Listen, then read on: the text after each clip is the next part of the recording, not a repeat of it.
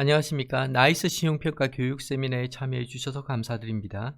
진행을 맡은 IS 실장 이성훈입니다. 오늘은 제약 바이오 산업의 전망 및 이슈를 주제로 50여 분 발표 드리겠습니다. 발표 내용에 대해 궁금하신 내용은 발표자인 신석호 연구원 또는 IS실로 문의하시기 바랍니다. 이제 교육 세미나를 시작하겠습니다. 안녕하세요. 나이스 신용평가 신석호 선임연구원입니다.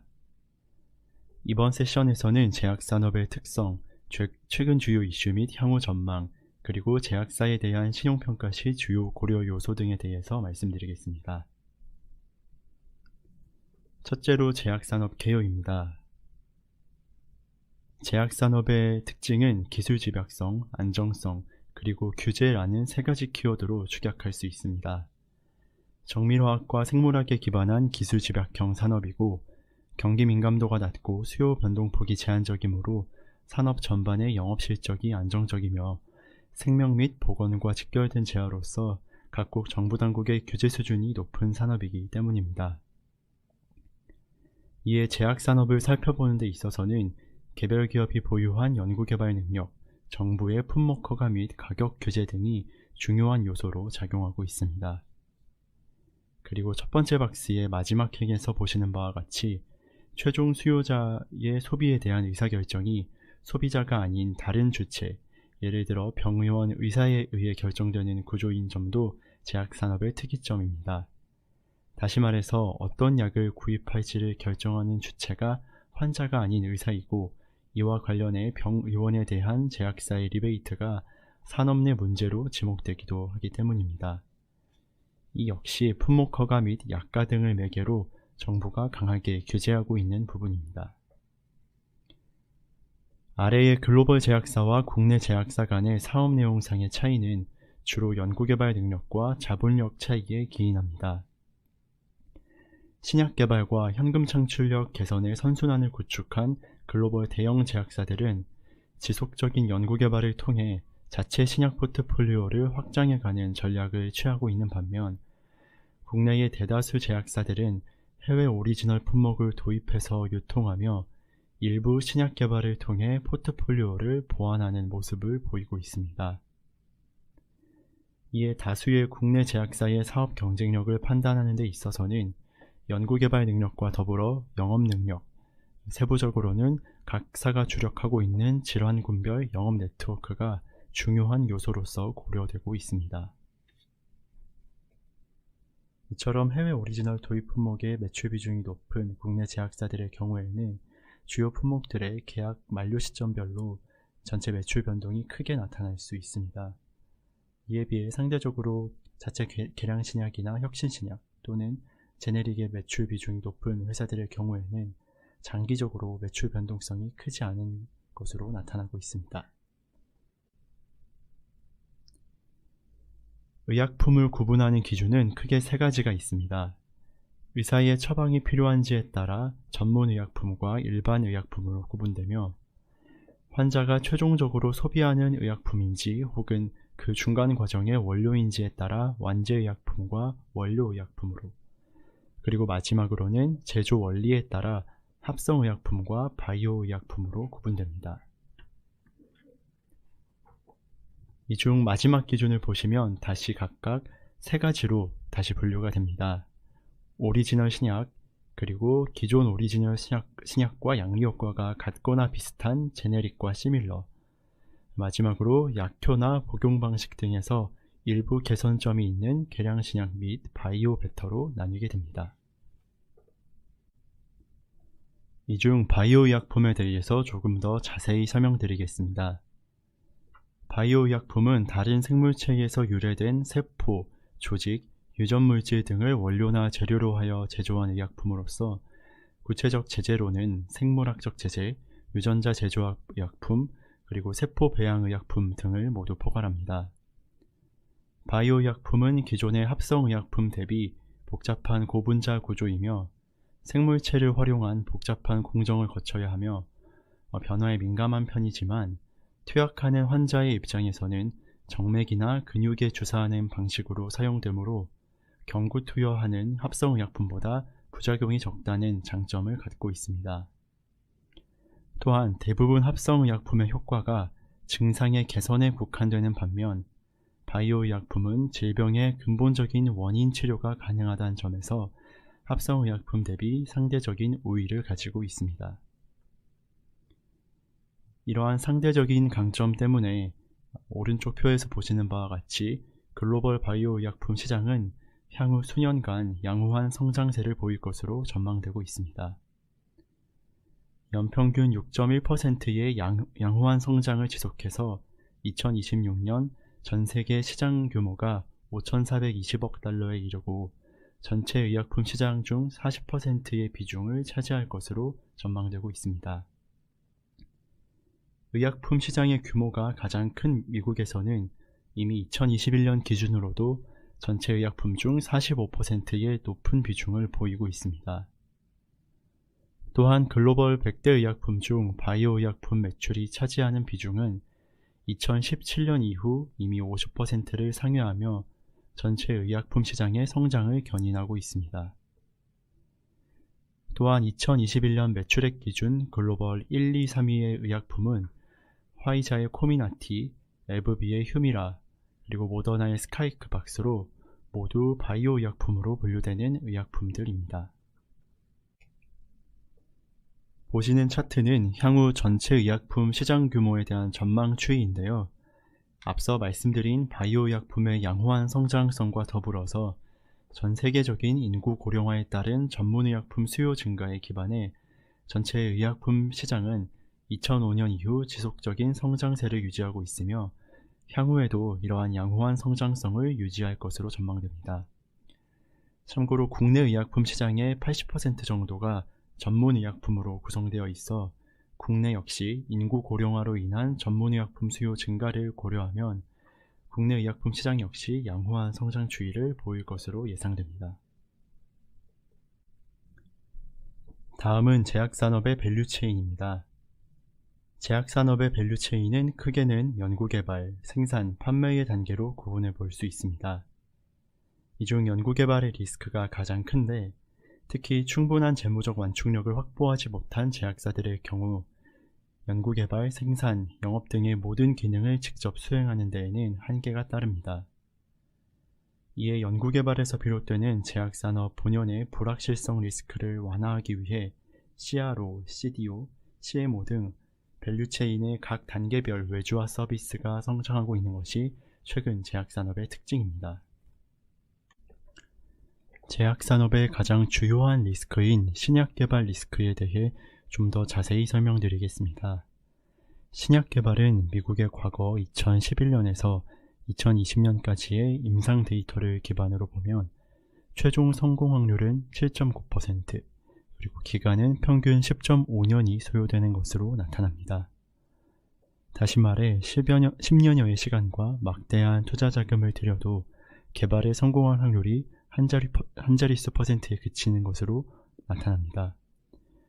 또한 설령 개발에 성공한다 하더라도 시장에서 판매 실적이 뒷받침되지 않아 생산이 중단되는 경우도 적지 않습니다. 예를 들어 2021년 기준 국내 33개의 혁신신약 중 생산 실적이 100억 원 미만인 품목이 25개에 이르고 또 이 중 10개 품목은 생산 실적이 전무합니다. 이러한 점들을 고려하면 신약 개발 성공이 반드시 해당 기업의 실적 재고를 담보하지 않는다는 것을 알 수 있습니다. 다음은 신약에 대한 특허권 관련 내용입니다. 신약물질은 일반적으로 특허 출원일로부터 20년까지 특허권의 보호를 받습니다. 다만 특허 취득 후에도 신약 후보물질이 임상시험을 모두 거쳐 실제 약으로서 시장에 판매되기까지의 추가적인 소요 기간을 고려하면 의약품으로서 시장에 출시된 이후에 특허권의 보호를 받는 기간은 이 중 약 10년 안팎입니다. 다만 일정 조건을 충족할 경우 5년의 범위 내에서 특허권을 보호받는 기간을 연장할 수 있기 때문에 일반적으로 시장에 출시된 후 특허 보호 기간은 약 15년을 기대할 수 있습니다.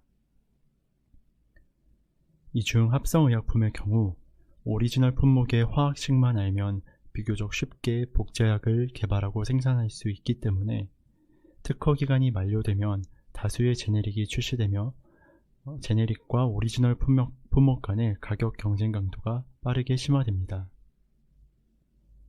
때문에 오리지널 품목을 보유한 제약사는 효능, 제형, 제조법 등의 후속 특허를 출원하는 에버그리닝 전략을 통해 특허 기간을 연장하는 효과를 향유하기도 합니다. 실제로 최근 수년간 보령제약의 현재 보령의 실적 개선에 기여했던 카나브라는 품목의 특허가 만료되었음에도 불구하고 회사는 관련 품목들에 대해서 후속 특허를 출원하며 시장 점유율을 유지하기 위해 노력하고 있습니다. 다만 이 과정에서 다수의 제네릭 제약사와의 소송도 빈번하게 발생하기 때문에 후속 특허 출원과 법률 대응을 바탕으로 주요 품목의 특허권을 관리하는 것은 제약사들의 중요한 사업 역량 중 하나로 작용하고 있습니다. 밸류체인상 가장 끝부분에 위치하는 유통의 경우 리베이트의 양측을 모두 처벌하는 리베이트 쌍벌제가 도입된 이후 이러한 유통업체를 경유한 판매가 일반적인 모델로 자리 잡고 있습니다. 이러한 의약품 유통업체의 경우에는 해당 산업에 대한 진입장벽이 매우 낮고 업체 간 차별화 정도도 매우 낮기 때문에 업체들 간의 가격 경쟁이 매우 심화되고 있습니다. 이로 인해 전체 해당 산업의 시장 규모는 커지고 있지만 전반적인 수익성은 저하추이를 보이고 있어서 평균적으로 영업이익률 기준으로 1% 안팎의 수익성을 보이고 있습니다. 다음은 국내 제약산업의 특성입니다. 국내 제약산업은 정보 규제가 강하고 또 업체 간 경쟁 강도가 높으나 경기 민감도가 낮고 수요 변동성이 크지 않은 의약품 특성상 산업 전반의 영업실적은 양호한 추이를 보이고 있다는 것이 특징입니다. 이 세부적인 내용들을 보시면 정부 규제의 경우 의약품의 허가부터 제조시설에 대한 인증, 약의 가격 산정 등 보건당국의 인허가가 중요한 요소로 작용을 하고 있습니다.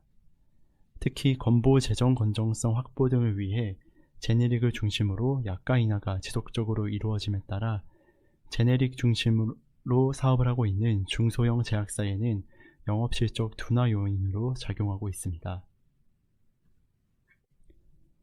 이에 제네릭과 외부 상품 중심의 품목 포트폴리오를 보유한 중소형 제약사와 자체 혁신신약 또는 개량신약 비중이 높은 제약사 간에는 보시는 것처럼 시장 지배력과 영업실적의 차이가 확대되는 양상입니다.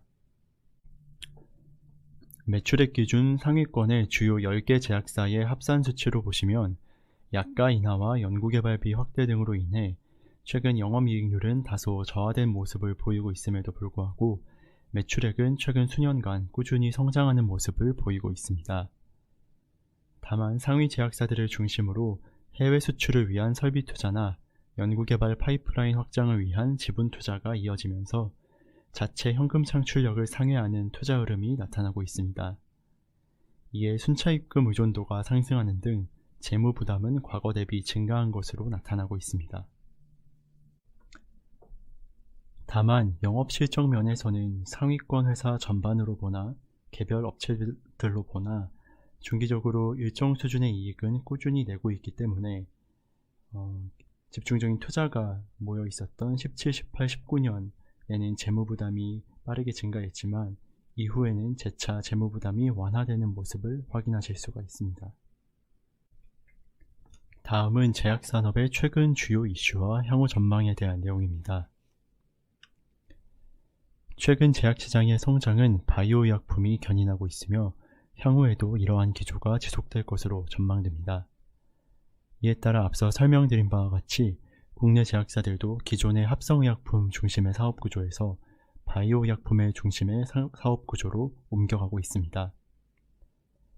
다만 바이오 의약품 중 완전한 혁신신약보다는 기존의 오리지널 의약품과 안전성, 순도, 효능 등의 기준에서 동등성을 인정받는 바이오 시밀러에 대한 연구개발이 현재 중심을 이루고 있습니다.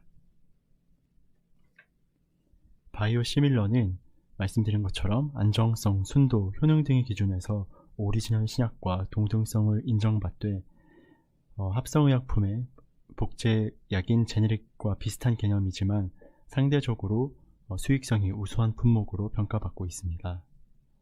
이는 시밀러라는 명칭에서도 알 수 있듯 오리지널 품목과 완전히 동일하진 않지만 구조적 복잡성으로 인해 특성 분석이 어렵고 배양 환경 등 세부 조건에 매우 민감하여 오리지널과 완전히 동일한 복제약을 만드는 것은 불가능하기 때문입니다. 이에 제네릭은 합성의약품의 제네릭의 경우에는 임상시험 과정이 생략되지만 바이오 시밀러는 비임상, 임상 등 상대적으로 까다로운 과정을 거쳐야 하기 때문에 요구되는 사업 능력이 더 높은 수준입니다. 대신 개발에 성공할 경우 합성의약품의 제네릭 대비 품목군 내 경쟁 강도가 상대적으로 낮고 또 양호한 수익성을 기대할 수 있습니다. 이러한 이유들로 인해 글로벌 빅파마 대비 자본력이 제한적인 국내 제약사들의 경우에는 바이오 신약보다는 바이오 시밀러를 우선적으로 선택해서 사업을 진행하고 있는데, 이는 성공 확률이 바이오 신약보다는 상대적으로 높고 또 소요되는 기간도 짧기 때문에 이 회사들의 입장에서는 리스크가 상대적으로 낮다라고 판단되기 때문에 바이오 시밀러 연구개발 활동을 우선하는 것으로 보입니다. 향후에 이런 바이오 시밀러 연구개발 활동을 통해 일부 시밀러 품목을 출시한 이후에 점진적으로 바이오 신약으로 포트폴리오를 확장해 갈 것으로 계획하고 있습니다. 다수의 오리지널 바이오 약품의 특허 만료 시점이 도래하고 있는 가운데 바이오 시밀러는 오리지널 품목과 효과는 동등하지만 가격은 저렴한 가격에 출시되기 때문에 향후 수년간 양호한 양적 성장을 보일 것으로 예상이 되고 있습니다. 특히 앞으로 2032년까지 15종의 바이오 약품의 특허가 만료될 예정으로 해당 품목들에 대한 시밀러를 중심으로 바이오 시밀러 시장의 양적 성장이 예상되고 있습니다. 또한 2022년 EU가 바이오 시밀러의 오리지널 의약품 대체 처방 가능을 공식화하였으며 미국 의회에서도 관련 법안이 추진되는 등 바이오 시밀러 시장 성장의 규제 면에서도 긍정적인 요소들이 현재 추진이 되고 있습니다. 특히 의약품 산업은 인허가부터 약가 설정에 이르기까지 정부 규제의 영향이 매우 큰 산업인데, 환자의 약물 접근성 제고 등을 이유로 각국의 보건당국이 바이오 시밀러에 대해 우호적인 입장을 재확인하고 있어서 향후 규제 면에서도 우호적인 사업 환경이 전개될 것으로 예상됩니다. 다만 이러한 바이오 시밀러의 경우에도 경쟁 바이오 시밀러의 품목수가 증가하고 있고 또 오리지널 의약품의 가격 인하 정책이 시행되는 점 등을 고려하면 중기적으로는 가격 경쟁 심화에 따른 수익성 둔화가 예상됩니다. 바이오 의약품의 최대 시장인 미국의 경우를 보면 바이오 시밀러의 도매가 및 평균 판매 가격은 오리지널 바이오 신약에 비해 약 15에서 37% 애초에 낮게 진입할 뿐만 아니라 시장에 출시된 이후에도 연평균 10에서 15%가량 판매 가격을 지속적으로 하향 조정하고 있기 때문입니다. 특히 오리지널 품목을 보유한 제약사가 시장 점유율을 유지하기 위해 오리지널 품목의 가격을 인하하는 경우 경쟁 강도가 더욱 심화될 수 있기 때문입니다. 이에 향후 바이오 시밀러 시장은 양적 성장은 지속하더라도 장기적 관점에서의 수익성은 현재 기대 대비 저하될 가능성이 존재합니다. 바이오 의약품은 생물학적 체제, 유전자 재조합 의약품, 세포 배양 의약품, 그리고 첨단 바이오 의약품 등의 제재로 세부적으로 분류가 됩니다. 현재 유전자 재조합 의약품이 바이오 의약품 시장을 주도하고 있으며 최대 시장인 미국에서도 2021년 기준으로 바이오 의약품 상위 10개 품목 모두 항체 의약품을 포함한 유전자 재조합 의약품으로 구성되어 있습니다. 국내 시장의 경우에도 유전자 재조합 의약품이 바이오 의약품 시장의 약 40%를 차지하고 있으며 코로나19 백신의 비경상적인 수요 증대가 나타난 백신 제재가 그 뒤를 이었으며 혈액 제재, 혈장 분핵 제재, 독소, 항독소, 그리고 세포 치료 제의의 순으로 나타났습니다. 현재의 기준으로는 말씀드린 항체 의약품이 바이오 의약품 시장의 주력 제재군이지만 미충족 질환 수요나 주요 국가의 규제 개선 등으로 인해 향후에는 세포 유전자 치료제 분야의 성장성이 가장 높게 나타날 것으로 전망되고 있습니다. 우선 인구 고령화에 따른 만성질환의 증가로 인해 암, 심혈관 질환, 신경퇴행성 질환의 발병률이 전 세계적으로 상승하는 가운데 세포 유전자 치료제의 상당 부분이 이러한 적응증에 대해 연구 개발이 이루어지고 있어 중기적으로는 양호한 수요 성장이 예상되고 있습니다.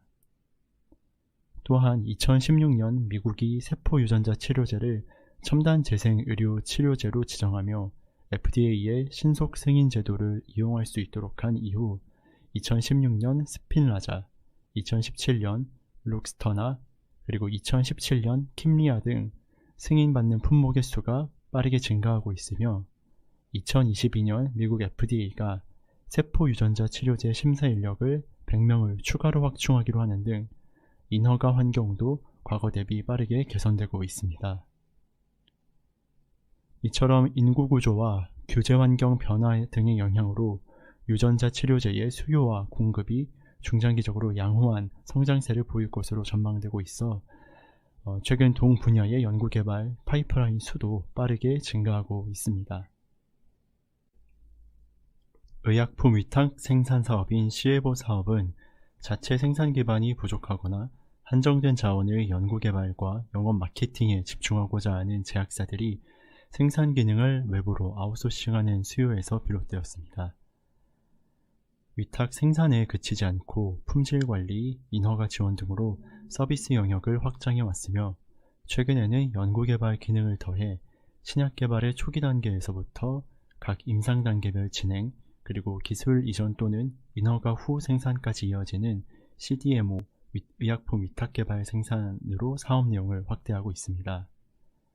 구체적으로는 규격 설정, 분석법 개발, 공정 개발, 제형 개발, 인허가 문서 작성을 위한 가이드 제공, IND, NDA 등 인허가 준비 등을 포괄적으로 수행하고 있습니다. 바이오의약품 연구개발이 활발해지며 전체 바이오의약품 파이프라인이 양적으로 증가하고 있을 뿐만 아니라 증가하는 파이프라인의 상당 부분이 대형 제약사들보다는 소규모 바이오텍들에 분포하고 있는 점은 바이오의약품 CMO 사업 환경에 긍정적으로 작용하고 있습니다. 자체 생산시설을 직접 보유하고 있는 대형 제약사와 달리 연구개발, 생산 기반이 미흡한 소규모 바이오텍들의 경우 앞서 말씀드린 CMO 서비스에 대한 수요가 높기 때문입니다. 실제 글로벌 바이오의약품 CMO 사업의 1위 업체인 론자의 연간 보고서를 보면 벤처 캐피탈로부터 투자를 받은 소규모 바이오 기업들이 개발 및 제조 수요의 70% 이상을 외부 위탁 서비스를 통해 충당하고 있음을 알 수 있습니다.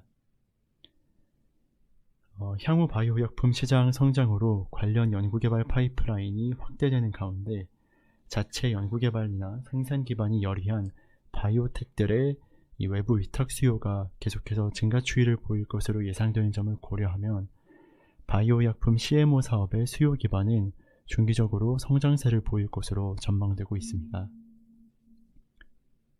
또한 바이오시밀러 출시 품목이 증가하며 바이오시밀러 시장이 계속해서 성장할 것으로 예상되는 가운데 약가 산정 구조상 바이오 신약 대비 생산 원가에 더 민감할 수밖에 없는 바이오시밀러의 효율적인 생산을 위해서는 자체적인 설비 투자보다는 위탁 생산 수요가 더 커질 것으로 예상이 되어서 중장기적으로 바이오 CMO 사업에는 양호한 산업 환경이 전개될 것으로 예상이 됩니다.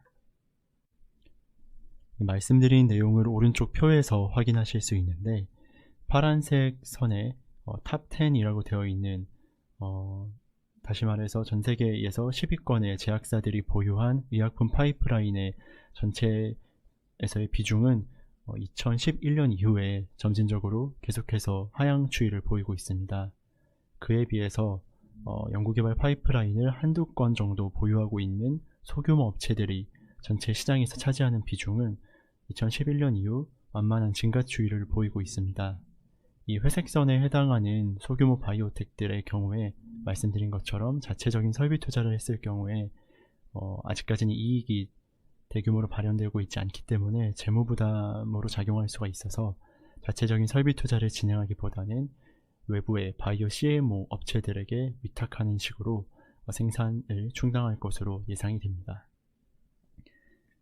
국내에서는 대용제약, 한미약품 등 기존의 제약사들 외에도 삼성바이오로직스, SK바이오사이언스, 롯데바이오로직스 등 대기업 그룹의 계열사에서도 이러한 바이오 CMO 사업을 확대하고 있는 추세입니다. 앞서 살펴본 것처럼 제약산업의 신약 연구개발 활동은 성공 시에는 성장 가능성이 매우 높지만 그 리스크 또한 상당히 높기 때문에 충분한 재무적 완충력을 확보하지 못한 소규모 연구개발형 바이오텍들이 직접 연구개발이나 생산, 영업 등의 모든 기능을 직접 수행하는 데에는 한계가 따르기 때문에 이러한 회사들의 외주 생산 수요를 흡수하고자 하는 것으로 보입니다. 특히 이런 중소바이오텍들의 경우에 연구개발 성공 여부가 불확실한 상태에서 개발 후 생산을 염두에 둔 캐펙스를 직접 진행하는 데에는 재무 부담이 상당한 것으로 판단이 됩니다. 반대로 이런 대형 CMO 업체들은 자본력을 바탕으로 대규모 생산 설비를 선제적으로 확보한 이후에 이 전방 제약사들의 리스크를 일부 공유함으로써 중장기적으로는 신약 개발에 따른 성장 가능성도 공유할 수 있는 것으로 판단이 됩니다. 이러한 CMO 업체들의 경우에는 초기 수주 확보를 통해 이익을 본격적으로 내기까지의 재무부담 관리 능력이 중요한 것으로 보입니다. 생산시설을 확보하는 과정에서 단기간 내에 대규모 자금 소요가 발생하며 재무부담이 급증할 수 있는데 이후 초기 수주를 확보하고 본격적으로 생산에 들어가면서 이익 창출을 하는 데에는 생각보다 당초의 사업 계획보다 시간이 장기화될 수 있기 때문입니다. 다만 생산 사이트 변경이 까다로운 바이오 약품의 특성상 초기에 수주를 확보하게 될 경우 해당 거래처와의 장기간의 계약 관계를 바탕으로 중기적으로 안정적인 실적 시현이 가능하며 또 해당 트랙 레코드를 바탕으로 다른 회사와의 추가적인 수주 확보에 있어서도 유리한 입지를 점할 수 있습니다. 다만 전방 고객사가 요구하는 품질, 납기 등을 충족하기 위한 높은 수준의 사업 경쟁력이 요구됩니다. 또한 자사 품목과 유사한 제조 공정에 대한 수행 경험이 있는지 등을 기준으로 위탁사를 선정하기 때문에 제약바이오 사업 경험이 전무한 신규 진입자에게는 초기 수주 과정에서 상당한 진입 장벽이 존재합니다. 따라서 선제적인 대규모 설비 투자에도 불구하고 이익 창출 시점이 지연될 가능성이 존재합니다. 이에 다수의 바이오 CMO 글로벌 선도 기업들을 비롯해 국내의 경우에는 롯데바이오로직스 등 신규 진입자들은 바이오 의약품 관련 트랙 레코드를 보유한 기존의 의약품 생산 시설을 인수하는 방식을 통해 CMO 사업에 신규로 진출하고 있습니다. 또한 직접 신약 개발 사업을 병행하는 예를 들어서 전통적인 제약회사들의 경우에는 고객사가 자사의 신약과 관련된 제조와 관련된 기밀을 공유하는 것에 대해서 우려하는 부분이 있기 때문에 고객군을 확보하는 데 있어서 제약사항이 있을 수 있습니다.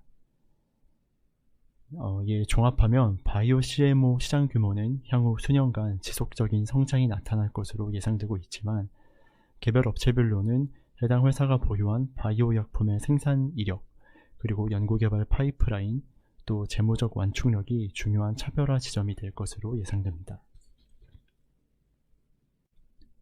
마지막으로 제약사들에 대한 신용평가 시 주요 고려사항들을 바탕으로 앞선 내용들을 정리하며 설명드리겠습니다. 우선 저희 평가 요소는 크게 사업위험과 재무위험으로 구분이 됩니다. 사업위험은 다시 제약산업에 대한 산업위험, 그리고 각 개별 제약사들의 경쟁 지위를 평가하는 6개 항목으로 구성되어 있습니다. 이 사업위험을 세부적으로 보시면 제약산업은 앞서 말씀드린 바와 같이 경기 민감도가 낮고 고령화에 따른 만성질환 증가로 의약품에 대한 수요가 꾸준히 증가 추이를 보이고 있는 점들을 고려해서 이 산업위험을 BBB, 즉 보통 수준으로 평가하고 있습니다. 그리고 사업위험의 세부 요소들 중에서 최근에 중요하게 고려되고 있는 항목으로는 에비타 규모와 품목 포트폴리오 관리 능력, 그리고 주력 품목의 시장 지위를 꼽을 수가 있는데, 이 최근 수년간 제약산업의 유형자산 투자와 개발비 자산화 규모가 커짐에 따라 영업이익보다는 에비타로서 이익 창출 능력을 파악하고 있습니다.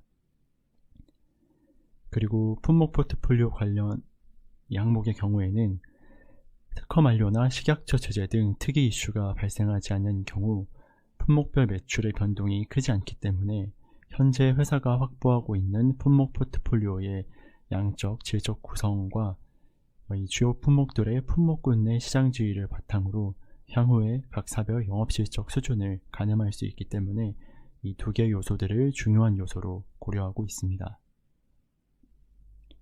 연구개발 관련 요소에서는 연구개발의 성과나 현재 투자하고 있는 규모뿐만 아니라 이러한 연구개발 활동이 실적에 얼만큼 기여하고 있는가를 종합적으로 고려하고 있습니다.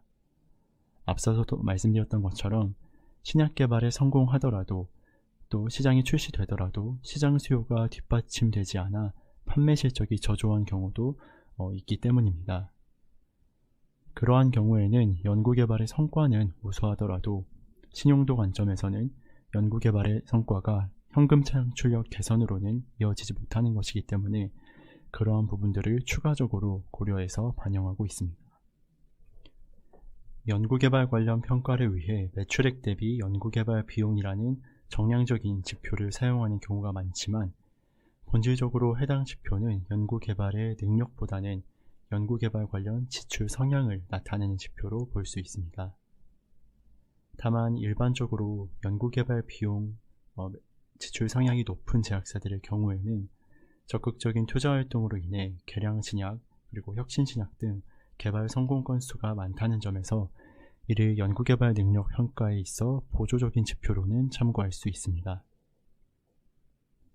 상위 제약사들의 경우에는 주로 매출액 대비 10% 안팎의 연구개발비 지출 성향을 보이고 있습니다. 신약 개발 시 중장기적으로 이익 창출 기반의 확대 가능성이 존재하지만 말씀드렸던 것처럼 연구개발 활동과 이로 인한 실적 개선의 선순환, 특히 현금 흐름의 개선의 선순환이 이루어지는지에 대한 점검이 필요합니다. 재무위험 항목 중에서는 최근 현금 흐름 항목이 중요하게 고려되고 있습니다. 신용등급을 보유한 상위권의 제약사들의 경우에 대부분 현재의 재무구조는 양호한 편이지만 최근 연구개발비나 유형자산 투자 규모가 과거 대비 증가했으며 또 이러한 동시에 R&D 파이프라인 확장을 위한 지분 투자의 규모도 확대되고 있습니다. 이에 기존 품목들을 바탕으로 일정 규모의 현금 창출력을 안정적으로 유지하고 있는 회사들과 그렇지 않은 회사들 간에는 현금 흐름 안정성의 차이가 확대되는 모습이 나타나고 있습니다. 또 이러한 경향이 중기적으로 지속될 경우 재무구조도 차별화될 수 있기 때문에 현금 흐름의 안정성을 중요하게 보고 있습니다. 이러한 현금 창출력을 안정적으로 유지할 수 있느냐를 가늠할 수 있는 요소들이 앞선 사업위험에서 중요하다고 말씀드렸던 품목 포트폴리오 관리 능력과 주요 품목의 시장 지위이기 때문에 해당 요소들이 주요하게 고려되고 있는 것이며 이 부분에서의 차이에 따라 각 제약사별로 현금 흐름상에서도 차별화된 모습을 보이고 있습니다. 금융비용 커버리지의 경우 에비타가 아닌 영업현금 흐름을 활용하고 있는데 이는 제약산업의 운전자금 변동성을 고려하기 위함입니다. 과거 대형 병원형 매출채권 결제기간이 장기화되며 일부 제약사들의 현금 흐름에 부담 요소로 작용하였던 점뿐만 아니라 최근 외부 상품 도입 중심의 사업구조를 가진 제약사들의 재고 부담 증가에 따른 현금 흐름 변동성을 고려하고 이를 금융비용 커버리지에도 반영하기 위함입니다. 일부 연구개발에 집중하고 있는 바이오텍 기업들의 경우에는 저희의 신용등급 평가 모델상 사업위험과 재무위험 사이에 괴리가 나타나는 경우가 있습니다. 예를 들어 사업위험 부분에서는 현재 품목 포트폴리오 관리 능력상에서 매출액이 100억 넘는 품목이 부재한 경우가 많기 때문에 낮은 등급이 부여가 되는 것이고 현재까지는 단기 순손실이나 영업손실이 지속되는 회사들이 많기 때문에 종합했을 때의 사업위험 면에서는 낮은 등급을 부여되는 경우가 있습니다. 이에 반해서 재무위험 부분에서는 자본시장에서의 유상증자 등을 통해서 부채 비율, 순차입금 의존도, 또 자기자본 규모 등이 우수하게 나타나기 때문에 재무위험에서의 이 요소별 평가 이 등급이 사업위험 대비 매우 높게 나타나는 경우가 있습니다.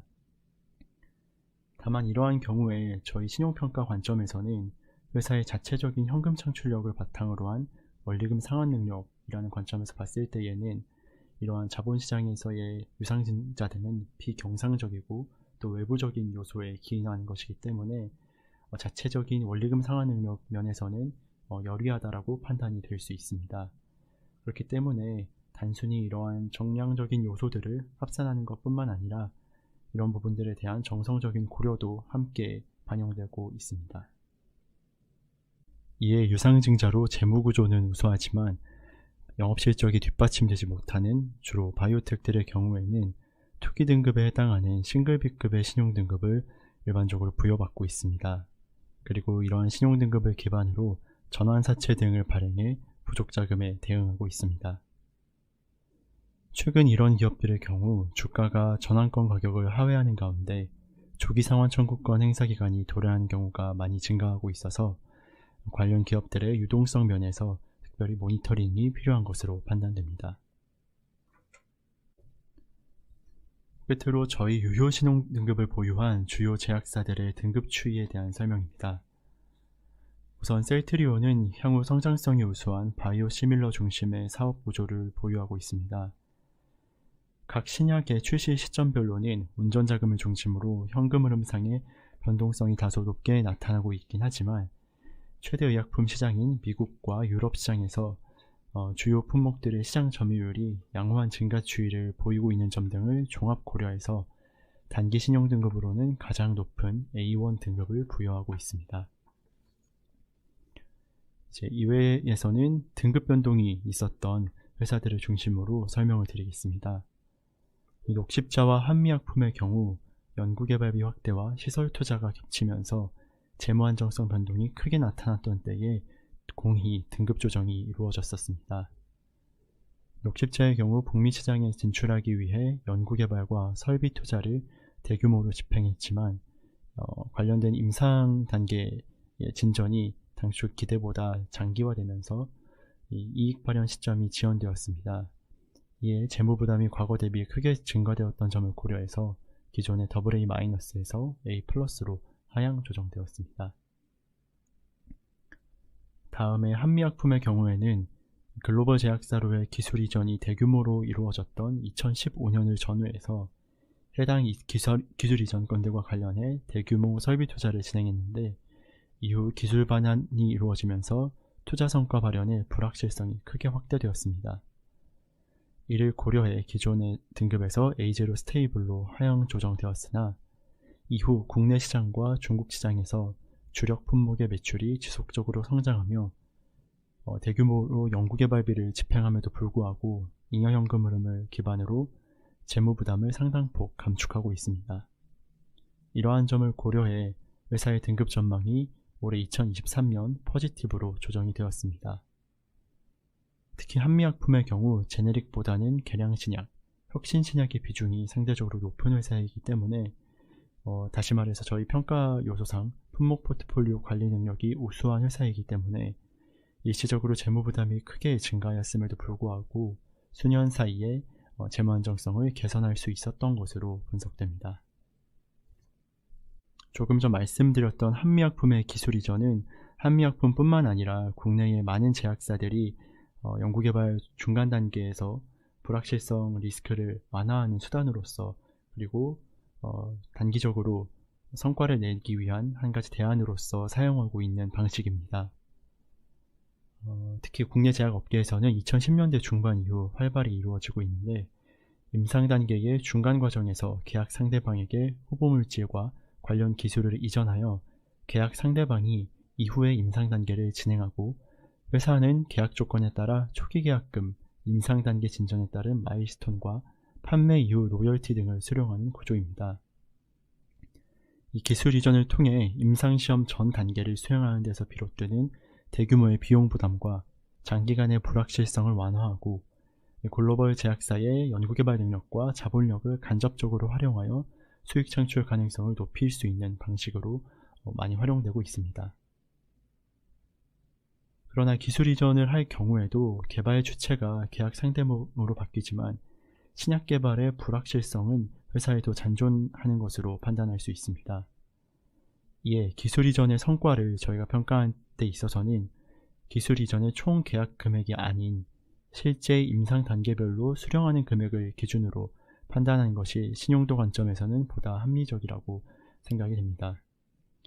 특히 임상이 기간이 장기화될 경우 마일스톤 수령을 통한 실적 기여폭은 미흡한 수준에 그칠 수도 있습니다. 예를 들어 2021년 기준 의약품 분야 기술 이전 전체 규모 중 실제 현금 유입이 이루어진 선급금의 비중은 약 2% 수준으로 파악됩니다. 향후 마일스톤과 로열티 수령의 기준이 되는 임상 단계의 진전에 높은 불확실성이 존재하는 점을 고려하면 총 계약 금액을 바탕으로 기술 이전의 성과를 판단하는 것은 특히나 신용도 관점에서는 합리적이지 않은 것으로 판단이 되어서 저희가 여기 표에 나타나 있는 제약사뿐만 아니라 여러 다른 제약사들의 신용평가를 하는 데 있어서 기술 이전 관련해서는 실제 현금 유입이 이루어진 건과 관련해서만 저희가 실제적으로 고려를 하고 있고 총 계약 금액은 참고사항으로만 활용을 하고 있습니다. 이처럼 제약산업 연구개발의 높은 불확실성으로 인해 신약개발이나 기술 이전 등 관련해서 연구개발 활동에 리스크가 많이 작용한 케이스들이 있었지만 반대로 자체 개발한 혁신 신약이 국내 시장에 안착하며 전사 영업실적을 개선을 견인하는 경우도 일부 있었습니다. 한국콜마의 종속기업인 HK이노엔이 개발한 국산 30호 혁신신약인 K캡정, 그리고 보령제약이 개발한 15호 혁신신약인 카나브정은 해당 품목군 내의 최상위 시장 지위를 확보하며 전사의 매출과 영업이익 개선을 견인해 오고 있습니다.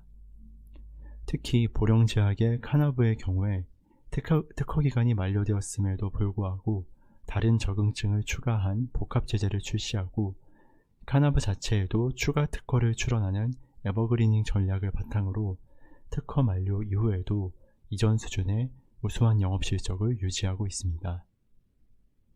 이에 평가 세부 요소 부분에서 말씀드렸던 것처럼 각사의 단순히 연구개발비 지출 규모나 지출 성향, 연구 인력 수 등이 아닌 수요 기반이 우수한 질환군에 대한 신약 개발인지, 그리고 경쟁 품목의 시장 지배력, 나아가 실적 기여 수준을 종합 고려해서 각사의 평가 과정에 반영하고 있습니다. 이 평가 사례들을 종합해서 말씀드리면 제약산업의 연구개발 활동은 말씀드린 것처럼 개발 성공 확률도 한 자릿수 %에 그칠 정도로 낮고 또 시장에 출시된다 하더라도 반드시 영업실적이 크게 제고되는 것은 아닐 수 있기 때문에 이를 뒷받침할 수 있는 현재의 현금 창출력이 중요하게 고려됩니다. 이에 현재 보유하고 있는 품목 구성의 양적, 질적 구성이 어떠한지, 또 해당 품목군이 타겟으로 하는 질환군의 향후 수요 성장성이 어느 정도인지 등이 중요한 요소로 고려될 수 있습니다. 이것으로 제약산업의 특성, 현황 및 전망, 그리고 신용평가상의 주요 고려사항들에 대한 강의를 모두 마치겠습니다. 추가적인 질문이 있으신 경우 아래 메일로 문의 주시면 추후에도 답변 드리도록 하겠습니다. 긴 시간 경청해 주셔서 감사합니다. 네, 발표 수고하셨습니다. 이제 주요 이슈에 대해 질의응답 시간을 갖겠습니다. 먼저 첫 번째 질문을 확인해 보겠습니다. 2010년대 이후 국내 제약사들이 해외 시장 진출을 추진해 왔는데 현재까지 성과는 어떠한지 답변 주시기 바랍니다. 국내 제약산업에 있어 최근 10여 년은 내수 시장의 제한된 성장성을 극복하고 새로운 성장 동력을 확보하기 위해 업체별로 다양한 사업 확장 전략을 전개한 시기였습니다. 현지 임상시험에 기반한 해외 판매, 연구개발 중간 단계에서 글로벌 제약사의 후보물질에 대한 권리를 양도하는 기술 이전이 대표적인 방식으로 각각의 구체적인 양상은 다르지만 모두 연구개발 활동에 기반한 것으로 본원적으로는 연구개발의 높은 불확실성을 내포하고 있습니다.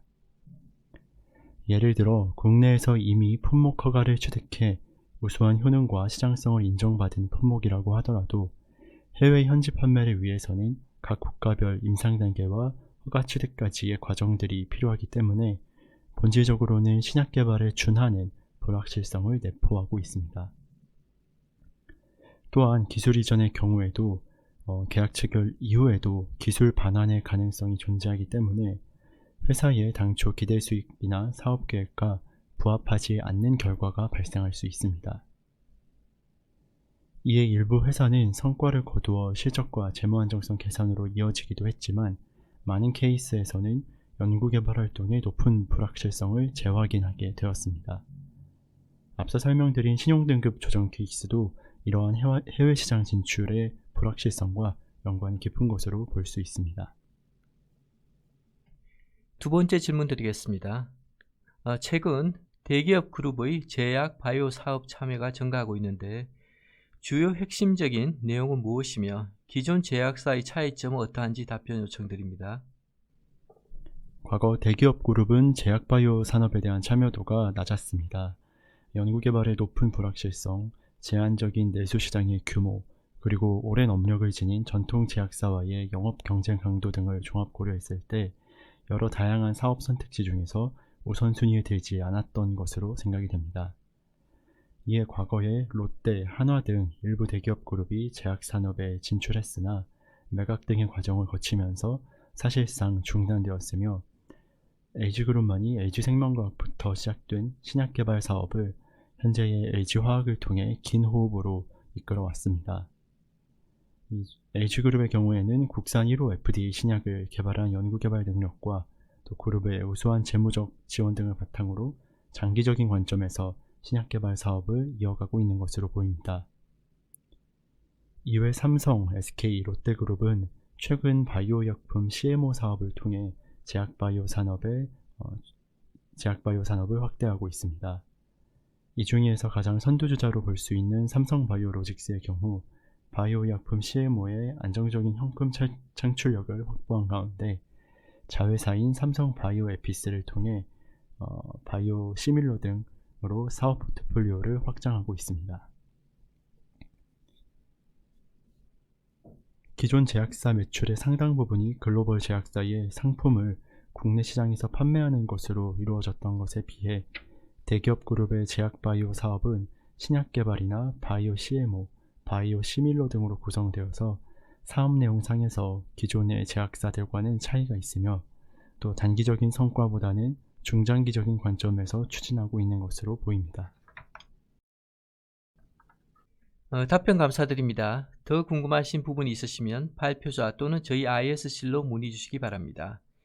긴 시간 나이스 시흥평가 교육 세미나를 시청해 주셔서 감사드립니다. 다음 세미나에서 뵙겠습니다.